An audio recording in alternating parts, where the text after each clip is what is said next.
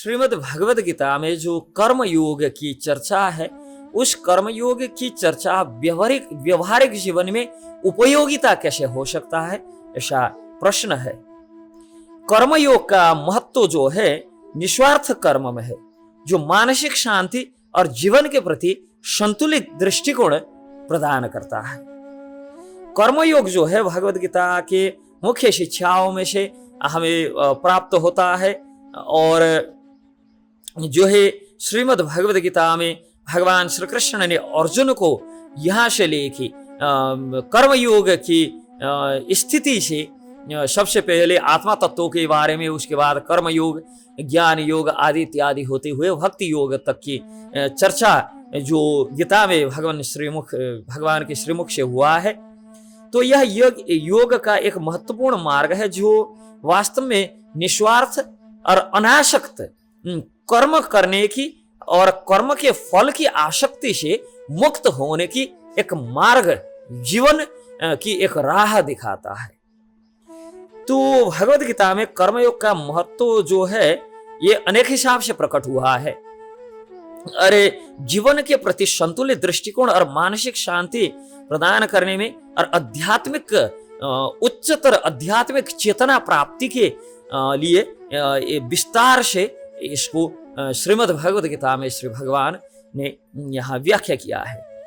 तो कर्म करने की जो अधिकार के संबंध में श्रीमद् भगवद गीता में व्याख्या मिलता है। श्री भगवान श्री कृष्ण कहते हैं कर्मण्येवाधिकारस्तु मा फलेषु कदाचन, कि व्यक्ति केवल अपने अधिकार कर्म के ऊपर रख सकता है।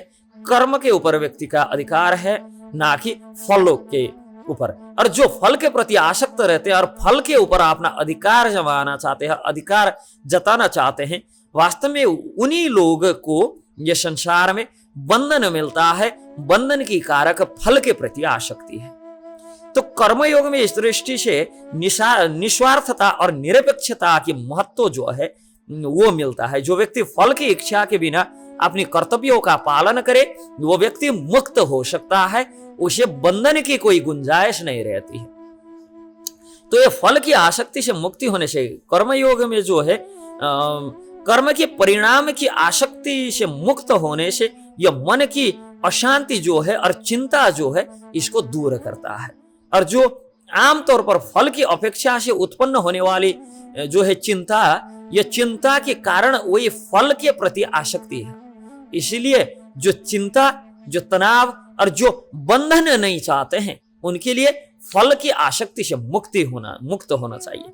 और जो निस्वार्थ कर्म से व्यक्ति को अपनी जिम्मेदारियों का निर्वाह करने में संतोष और एक प्रकार की संतुष्टि के साथ जीवन में एक संतुलन भी प्राप्त होता है।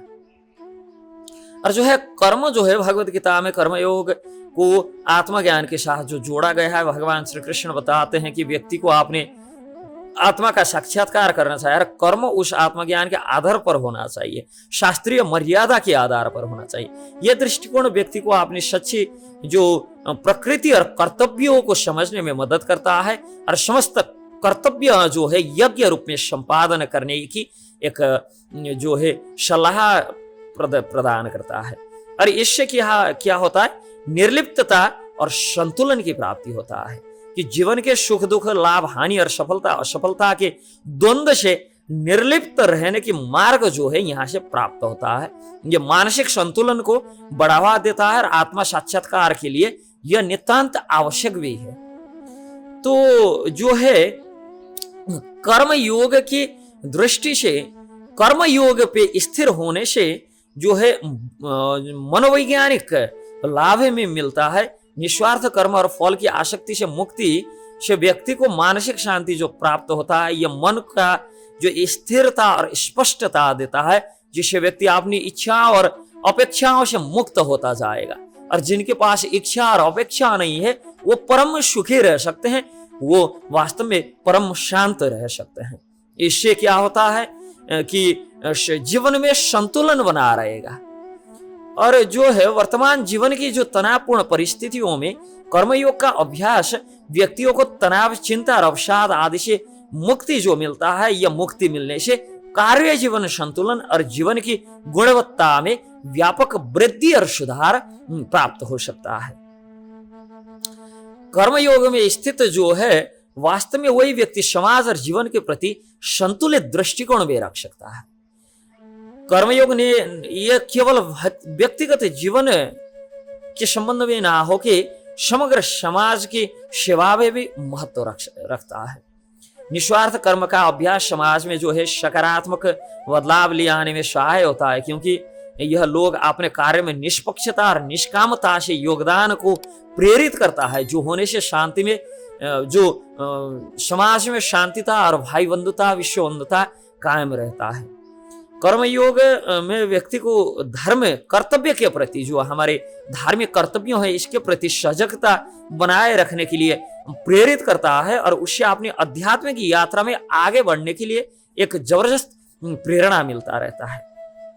यह योग का मार्ग जो है आध्यात्मिक विकास और मुक्ति को और हमारी मार्ग को प्रशस्त करता है। तो जो है ध्यान और समर्पण की जो है साधना की योग और फिर समर्पण और भक्ति की जो स्थिति है, कर्मयोग का पालन करने के लिए ध्यान और समर्पण की जो आवश्यकता होती है, भगवान श्री कृष्ण कहते हैं कर्मयोगी को अपनी सभी कार्य भगवान के प्रति समर्पित करना चाहिए और उसे अपने कर्म में एक कर्म जो है उसको एक साधना की पद्धति के रूप में देखना चाहिए। कर्मयोग का अभ्यास जो है भक्ति के साथ भी जुड़ा रहता है कि जो व्यक्ति अपने कर्मों को भगवत सेवार्थ प्रयोग करता है, भगवान की सेवा में लगाता है, यह होने से वही कर्मयोग भक्ति योग भी बन जाता है। यदि भक्ति और समर्पण के माध्यम से आत्मा की शुद्धि और आत्मा साक्षात्कार की दिशा में हम चले तो यह दिशा हमें भक्ति योग की परम लक्ष्य श्री कृष्ण प्रीति लाभ तक जो है मार्गदर्शन कर सकता है। कर्मयोग का जो महत्व है और व्यवहारिक प्रयोग है वो जीवन के किसी भी स्तर पे काम आता है। ये निस्वार्थ होता है, आत्मा साक्षात्कार या मानसिक शांति, शारीरिक सामाजिक आर्थिक संतुलन और सबके प्रति एक संतुलित दृष्टिकोण को बढ़ावा देने वाला जो मार्ग है, यह मार्ग को हम कर्मयोग के मार्ग कहते हैं। कर्मयोग व्यक्ति को जीवन की द्वंद्व से मुक्त करेगा, सबसे पहले दुविधाओं से मुक्त करेगा, उसके बाद जो है आत्मा की सच्ची प्रकृति को समझने में मदद करेगा, जो अंततः हमें मुक्ति की ओर भगवत प्राप्ति की ओर ले जा सकता है। इसके माध्यम से व्यक्ति अपने कर्म और धर्म और आध्यात्मिकता के दृष्टिकोण से जो देखता है, जो उसको एक संतुलित और सार्थक जीवन जीने में व्यवहारिक रूप से भी सहाय सिद्ध होता है। हरे कृष्ण।